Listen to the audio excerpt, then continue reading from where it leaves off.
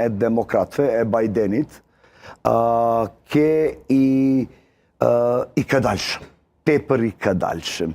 Ju e dini, i nderuar i Zoti Sadiku, James O'Brien, ke zyrtari më i lartë nga Shtetet e Bashkuara që e ka erdhur në Kosovë. Edhe ai ke në Kosovë veç një orë. 30 minuta te kryeministri jonë, edhe 30 minuta te nan televizion. Me çfarë mesazhe ka erdhur zotri? Mu më doket ne kemi hub shans, ketë me kry me kryeministrinë e kaluar e zotri Kurtit.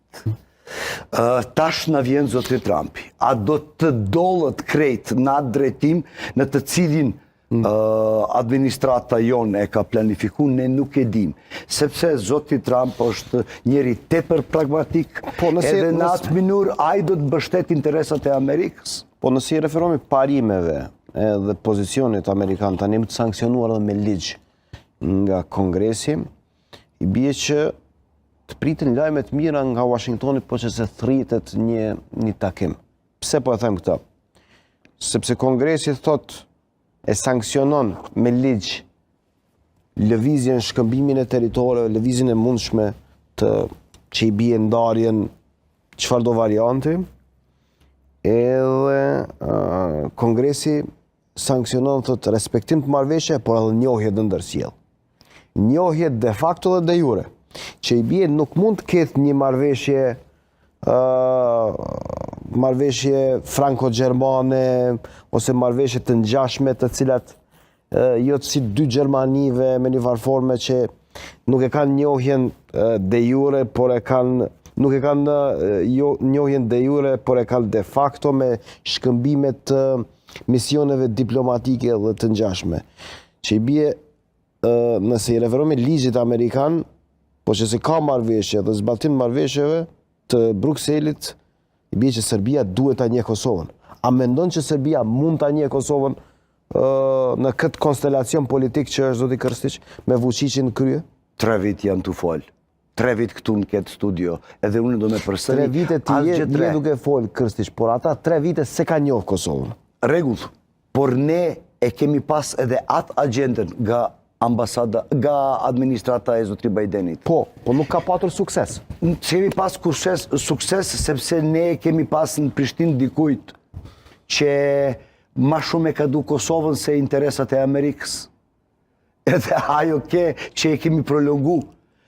Në fund jam i sigurt që Beogradi është tash në këtë pozit që me plot vullnet zotri Vučić do të pranoj de jure pavarësinë e shtetit e Kosovës, veç për me ble lirin për familjen e vetë, edhe për kapitalin e vetë.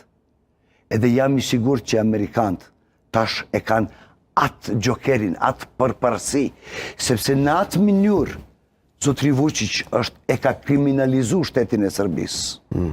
Nuk kemi as rendin, as ligjin në Beograd. E qartë, por a e le Rusia Vučićin ta njeh Kosovën dhe ta krijojë një situatë të re? Një deklaratë... Pikpyetja është sa është ndikimi i Rusisë. Një deklaratë bombastike. Politikën e jashtme është parë që vazhdimisht Serbia e Vučićit ka qenë në krah me Rusinë, zoti Krstić. Pavarësisht fakteve që në momente ka ditur të eskivoj shembull të shes armë për Ukrainën, por për Ukrainën ka shitur armë, ka marrë para. Edhe në këtë pozicion ka qenë pro me Moskën. Zotri Thaçi e ka pas marrëveshjen tepër e mirë me zotri Putinit. Ne e dim atë. Po, zotri Thaçi është i akuzuar edhe brenda e partisë e tij këtu në Kosovë, edhe nga publiku këtu në Kosovë, por zotri Thaçi e ka pas marrëveshjet e mirë me zotri Putin. Zotri Tadić. Nuk mund thuhet ka patur marrëveshje me Putinin kur se dim çfarë marrëveshje. Ne e dim.